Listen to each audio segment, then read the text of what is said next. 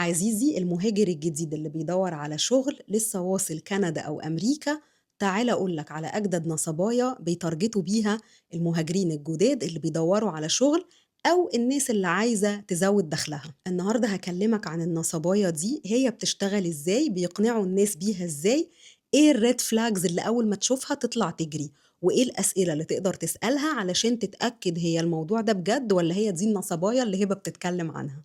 وبالمناسبة النصباية دي مش جديدة، دي قديمة بس كل شوية بنجدد في شكلها.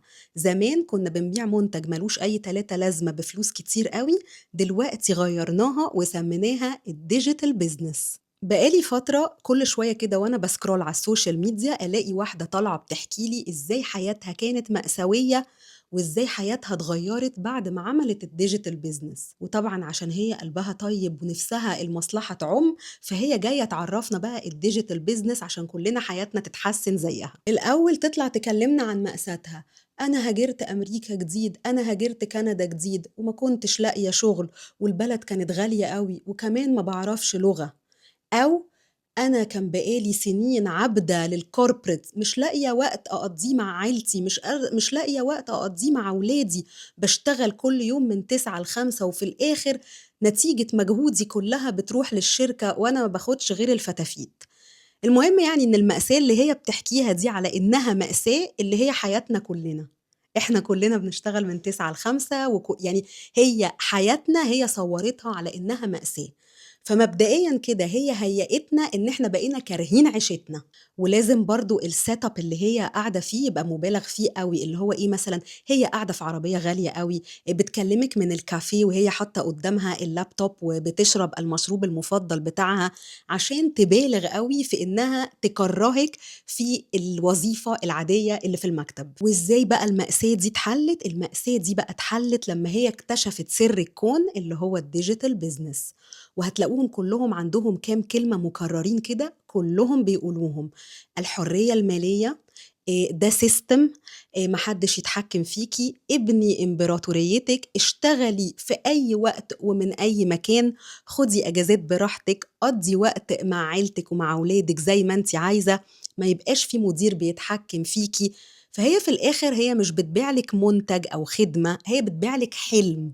وبعد شوية تبتدي بقى تلعب على الحتة بتاعة الإمكانيات. حتى لو ما عندكيش خبرة سابقة، حتى لو ما عندكيش راس مال كبير، حتى لو ما اشتغلتيش قبل كده، حتى لو معكيش لغة، احنا هنعلمك السيستم كله من الأول. فضلنا نعلى نعلى نعلى بسقف الطموحات لحد بقى ما نوصل للتارجت بتاع الحبة دول اللي هم ايه؟ كلميني خاص، لو مهتمة كلميني خاص، لو مهتمة ابعتيلي. لحد هنا هي مستحيل تديكي أي تفاصيل عن الشغل. طب الشركة اسمها إيه؟ طب إحنا بنبيع إيه؟ طب المنتج إيه؟ مستحيل تقولك. ومهما الناس يسألوا في الكومنتات دايما الإجابة كلمني خاص. طب هو إيه الديجيتال بيزنس اللي محدش راضي يقول اسمه ده؟ طيب تمام، ندخل نكلمها خاص، نبتدي نعمل تشات. هتلاقيها برضو مش بترد على أسئلتك: هو الشغل إيه؟ الشركة اسمها إيه؟ المنتج إيه؟ هي مش بترد، ده هي اللي بتسأل. والأسئلة دي حاجة هي بتفلتر بيها الناس. تبتدي بقى تسألك: انتي بتشتغلي ايه؟ طب انتي نفسك تبقي بتكسبي كام في الشهر؟ طب انتي ايه اكتر حاجة مضايقاكي في شغلك الحالي؟ وفي المرحلة دي هي مستحيل تجاوب على أسئلتك، هتلاقي الضغط كله على: بصي أنا مش هينفع أشرح لك الموضوع كله مرة واحدة، تعالي نحجز كول ندخل مع بعض فيها. طب هو احنا ليه ما ينفعش نقول دلوقتي وينفع نقول في الكول؟ علشان احنا لحد دلوقتي بنتكلم بالتكست، والتكست ده بيدي فرصة ان انا افكر في الكلام.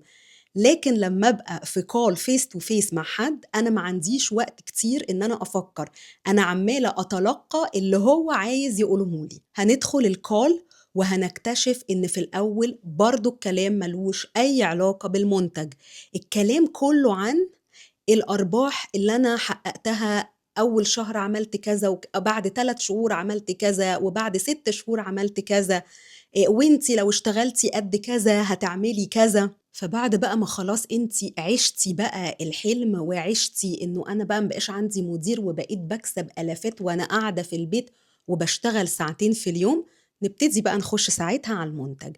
المنتج زي ما قلت لكم زمان كده كان بيبقى جهاز ملوش اي تلاتة لازمة، مش عارف دلاية في سلسلة بتنضّف طاقة الجسم، أي هنتريش. دلوقتي بقى في عصر الdigital المنتج ده بقى غالبًا مجموعة كورسات، كورسات بقى عن التسويق والتسويق الإلكتروني وإزاي أعمل website وإزاي أعمل sales funnel.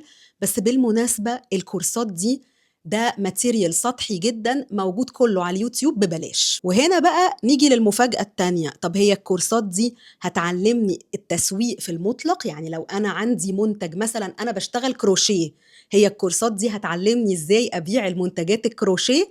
هنا بقى التركاية، لأ، الكورس ده مُصمم مخصوص عشان يعلّمِك إزاي تبيعي الكورس ده هو لناس تانية. طب وأنا هابيع الكورس لناس تانية ليه؟ أيوه، ما أصل هم نسيوا يقولوا لِك التفصيلة دي. هو حضرتِك الكورس ده مش هيعلّمِك حاجة والحاجة دي تجيب لِك فلوس، أنتِ عمولتِك جاية من إنِّك تبيعي الكورس ده لناس تانية. أيوه، يعني إحنا دخلنا على الMLM أو الMulti Level Marketing أو التسويق الشجري أو التسويق الشبكي، سمّوه زي ما أنتم عايزين، المهم إحنا دخلنا على النصباية دي. وإيه الكلمة اللي بيكرروها كل 5 دقايق من الأول للآخر؟ إحنا الbusiness بتاعنا قانوني، إحنا الbusiness بتاعنا بندفع عليه ضرايب آخر السنة. طيب خلّونا بقى نُقف هنا دقيقة ونتكلم يعني إيه الbusiness قانوني؟ business قانوني يعني مش business في حاجة مخالفة للقانون. طيب ده ما لوش علاقة خالص هو الbusiness هينجح والّا هيفشل. تعالوا أدّيكم مثال، لو أنا قُلت إني هاعمل business عبارة عن إني هاشتري النضارة دي ب100 جنيه وهابيعها ب10.000 جنيه، الbusiness هنا قانوني والّا مش قانوني؟ لأ هو قانوني لإني مش باخالف القانون، أنا مجرد حاطة هامش ربح خيالي. بس هو الbusiness ده هيكسب والّا هيخسر؟ الbusiness هيخسر لإن ما فيش حد هيشتري النضارة ب10.000 جنيه. فأيوه هو الbusiness قانوني لأنه ما فيهوش حاجة مخالفة للقانون، إحنا مش بنبيع مواد ممنوعة مثلًا، بس هو الbusiness في الآخر هيخسر. وتعالوا أقول لكم هو هيخسر ليه. الbusiness ده هيخسر لإن الbusiness ده قايم على إنه إحنا بنكسب طول ما في ناس جديدة بتشتري المنتج. طيب هل كل واحد اشترى المنتج هيبقى عنده القدرة إنه يبيعه؟ طبعًا لأ، لإن مش كل الناس عندها الخبرة والموهبة بتاعة التسويق. طب حاجة تانية، هو هل لو أنا كلمت 10 أشخاص عن الbusiness ده ال10 كلّهم هيشتروا؟ برضه لأ، لإن هو في حد هيشغّل مُخّه ويقول الحداية ما بتحدّفش كتاكيت. فهو الbusiness ده مُصمم إن اللي هيدخلوا في الأول هم اللي هيكسبوا. تعالوا أقول لكم ليه. أنا هاعتبر إنه في 100 شخص كلّهم هيقتنعوا بفكرة الbusiness ده، وبالمناسبة هو مش عايزك تبيع لأكتر من 5، لإن هو بيقنعك إن أنت بعد كده هتكسب وهتاخد عمولات من اللي ال5 دول هيبيعوا لهم. طيب إيه اللي بيحصل في الأول؟ في الأول واحد هو عايز يصطاد 5 من الpool اللي فيه 100 واحد هيشتروا الفكرة، هيصطاد ال5. ال5 دول بقى مطلوب من كل واحد منهم يصطاد 5 كمان من الpool اللي بقى فيه 95 شخص بس، فكل واحد من ال5 هيصطاد 5. دلوقتي أنا بقى عندي 25 شخص مطلوب منهم يصطادوا من pool فيه 70 واحد بس، وكل واحد مطلوب منه يصطاد 5. هنفضل كده لحد ما في وقت هيبقى العدد اللي بيصطاد كتير قوي والسمك اللي في البول مش مكفي، ساعتها يبتدي السيستم كله ينهار. طيب انت لسه مش مقتنع وحاسس لا على فكرة الناس دي بتقول كلام منطقي والناس دي عندها قوة إقناع رهيبة. خليني أقول لك كام سؤال كده تسألهم علشان تعرف فعلا إذا كان البيزنس ده بيزنس حقيقي ولا احنا بنلف في دايرة مفرغة ومن الآخر بنلبس طاقية ده لده لحد ما الشجرة كلها تقع. أول سؤال، هو أنا باشتري المنتج ده عشان أنا فعلًا محتاجه والّا علشان أدخل جوّه السيستم؟ يعني لو أنا جيت قُلت لحضرتك اشتري كورس التسويق ده ب1000$ وبس على كده، حضرتك كنت هتشتريه والّا أنت بتشتريه عشان تدخل جوّه السيستم اللي هيخلّيك تبيع الكورس ده لناس تانية وتاخد عمولات؟ السؤال التاني، هو ليه عُمر ما حد بيقول على اسم الشركة ولا على المنتج من الأول خالص؟ على فكرة في شركات مش نصب خالص، بالعكس شركات موجودة ومنتجات محترمة بتتّبع نظام التسويق بالعمولة. الشركات دي لو هي فعلًا بتبيع منتج ليه قيمة، هتلاقيهم من الأول خالص إحنا شركة كذا بنبيع منتج كذا. كان زمان أكتر شركات مشهورة في المجال ده هم في مجال أدوات التجميل كانوا أوريفليم وAvon، بس دول من أول دقيقة أنا شركة كذا بابيع منتجات كذا، وحضرتك لو بعت لي المنتجات بتاعتي هتاخد عمولة كذا. إنما اللي بيتعمد إن هو لآخر لحظة ما يقولكش اسم الشركة أو اسم المنتج لحد ما تتدبس وتدخل معاه في الكول، ده من الآخر كده واحد خايف إن حضرتك تروح تعمل ريسيرش على اسم الشركة وتعرف الموضوع كله عبارة عن إيه. السؤال التالت، هو المنتج ده أو الكورس ده أو أيا كان الديجيتال بيزنس ده بيحل مشكلة إيه بالظبط؟ لو كان الكلام كله من عينة ده هيغير حياتك، ده هينقلك نقلة تانية، الحرية المالية، يبقى اعرف إن الموضوع هكس. السؤال الرابع، هو أغلب الدخل أو المكسب جاي منين؟ من إني أبيع المنتج ولا من إني أدخل ناس جديدة تحتي في الشجرة؟ لو اتقالك من ده على ده، على حسب شغلك، على حسب انت هتكميت قد ايه، اعرف ان احنا بنتكلم في الموضوع ده. واخر سؤال واخطر سؤال، هو انا لازم عشان اشتغل معاك واشتري المنتج في الاول؟ يعني ليه انا لازم اشتري المنتج وادفع انا فلوس في الاول؟ هو ما ينفعش اسوق للمنتج واخد عمولة من البيع بس من غير ما انا اشتري المنتج في الاول؟ لو اتقالك لا ما ينفعش، لو اتقالك لا لازم انت تشتري المنتج في الاول، اعرف ان احنا قدام هذا النوع من البيزنس. علشان احنا كلنا عارفين على فكرة ان في اي شغل في الدنيا الشغل هو اللي بيدفع لنا فلوس، مش احنا اللي بندفع فيه فلوس. وما تخليش حد يضحك عليك ويقول لك ده استثمار، ده انفستمنت. ما هو اي شغل في الدنيا عايز استثمار في الاول. لا، استثمار ده لما اكون انا هاشتري مكنة والمكنة دي هتنتج لي منتج، هاشتري منتج وهاعمل له تغليف وأبيعه. إنما أشتري سيستم مجرد إنه بيعلمني إزاي أبيع المنتج هو تاني، ده مش investment. وبالمناسبة، من أكتر الحاجات اللي بيغروا بيها الناس علشان تدخل البيزنس ده إن العمولة عالية جدا، بتوصل أحيانا ل100%. يعني لو الكورس ب1000 دولار أو لو البيزنس عموما ب1000 دولار، بيقولك أنت كل حد هتدخله تحتك أنت هتاخد عمولة 1000 دولار.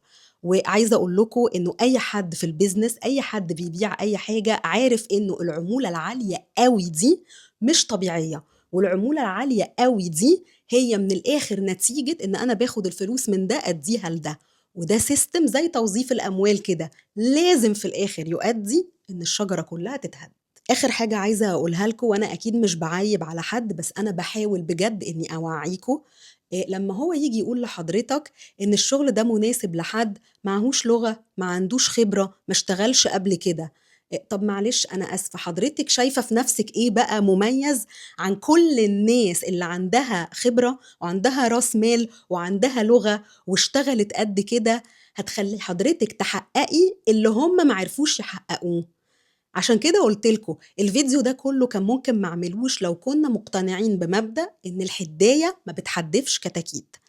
انا بعمل الفيديو ده وانا عارفة ان هو هيزعل ناس كتير، بس حقيقي انا بيصعب عليا ان يبقى حد لسه جاي مهاجر جديد وفلوسه اصلا محدودة جدا ومش لاقي فرص شغل في الايكونومي اللي صعبة جدا دلوقتي، وكمان يجي حد ياخد منه القرشين اللي معاه علشان يبيع له الوهم. في حاجة تانية بس مهمة جدا عايزة أقولها لكم، مش كل الناس اللي شغالة في الشغل ده هم مجرمين أو نصابين. في ناس سيمبلي للأسف هو لقى نفسه اشترى حاجة دفع فيها فلوس كتير جدا وما استفادش أي حاجة، ما بقاش عنده طريقة إنه يرجع فلوسه غير بإن هو يبيع نفس الحاجة دي لناس تانية. فهو من الآخر يا حرام هو اتنصب عليه، مش هيعرف يرجع فلوسه غير عن طريق إنه ينصب على ناس تانية.